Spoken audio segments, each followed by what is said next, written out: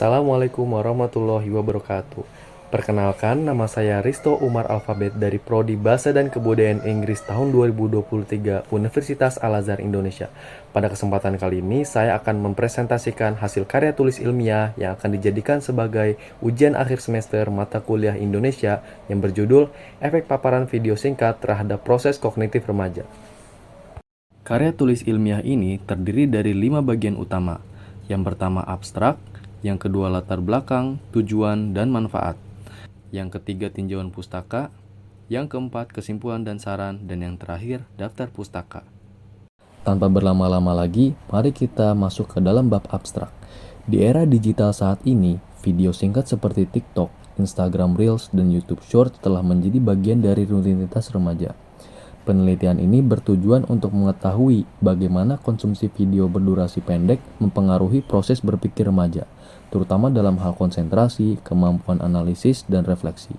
Berdasarkan studi literatur, ditemukan bahwa paparan berlebih terhadap konten cepat cenderung membentuk pola pikir instan dan menurunkan daya fokus. Selain itu, sistem algoritma yang menyaring informasi juga membatasi keragaman sudut pandang remaja. Oleh karena itu, diperlukan literasi digital yang baik untuk menyeimbangkan antara hiburan dan pengembangan daya pikir. Lanjut ke latar belakang dan tujuan penelitian, media sosial saat ini sangat mendominasi kehidupan remaja. Konten video singkat yang cepat, padat, dan menghibur membuat remaja terpapar dalam durasi yang cukup lama. Fenomena ini menimbulkan kekhawatiran karena dapat berdampak pada daya pikir remaja, mulai dari konsentrasi, logika berpikir, hingga kebiasaan dalam memproses informasi. Tujuan dari penelitian ini adalah untuk mengetahui atau menelaah sejauh mana intensitas, durasi, dan jenis video singkat berpengaruh terhadap proses kognitif remaja. Selain itu, penelitian ini juga ingin mengidentifikasi pola konsumsi media digital dan faktor-faktor yang dapat memperkuat atau memperlemah dampaknya terhadap daya pikir. Selain itu, penelitian ini juga memiliki manfaat baik secara teoritis maupun praktis. Secara teoritis dapat memperkaya referensi dalam bidang komunikasi digital dan psikologi perkembangan remaja. Sementara secara praktis, hasilnya bisa menjadi acuan bagi pendidik, orang tua, dan pembuat kebijakan dalam menyusun strategi literasi digital agar remaja mampu berpikir kritis dan menggunakan media sosial secara bijak. Lanjut ke tinjauan pustaka.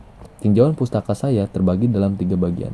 Yang pertama, remaja dan perkembangan kognitif. Remaja berada dalam masa transisi penting, di mana fungsi kognitif seperti berpikir kritis dan logis sedang berkembang.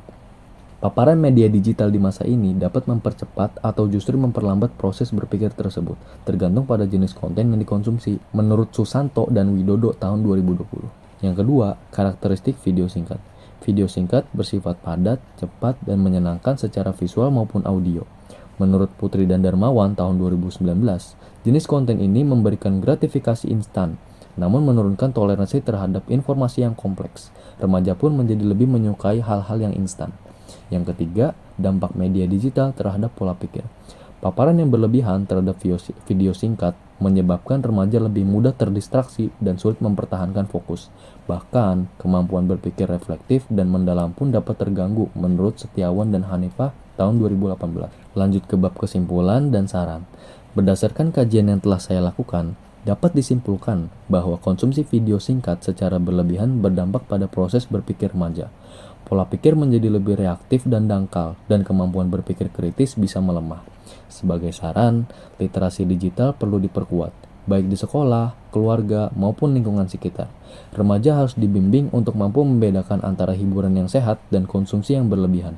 Dengan bimbingan yang tepat, teknologi dapat dimanfaatkan secara optimal tanpa mengorbankan kualitas daya pikir generasi muda. Lanjut ke daftar pustaka. Makalah ini saya susun berdasarkan beberapa referensi ilmiah. Di antaranya adalah referensi-referensi ini memperkuat analisis saya dan menunjukkan bahwa topik ini layak untuk terus dikaji. Demikian presentasi dari saya mengenai efek paparan video singkat terhadap proses kognitif remaja. Semoga karya ini bermanfaat dan dapat menjadi masukan untuk membentuk generasi muda yang tidak hanya aktif dalam media sosial, tetapi juga kritis dan reflektif. Terima kasih atas perhatiannya. Wassalamualaikum warahmatullahi wabarakatuh.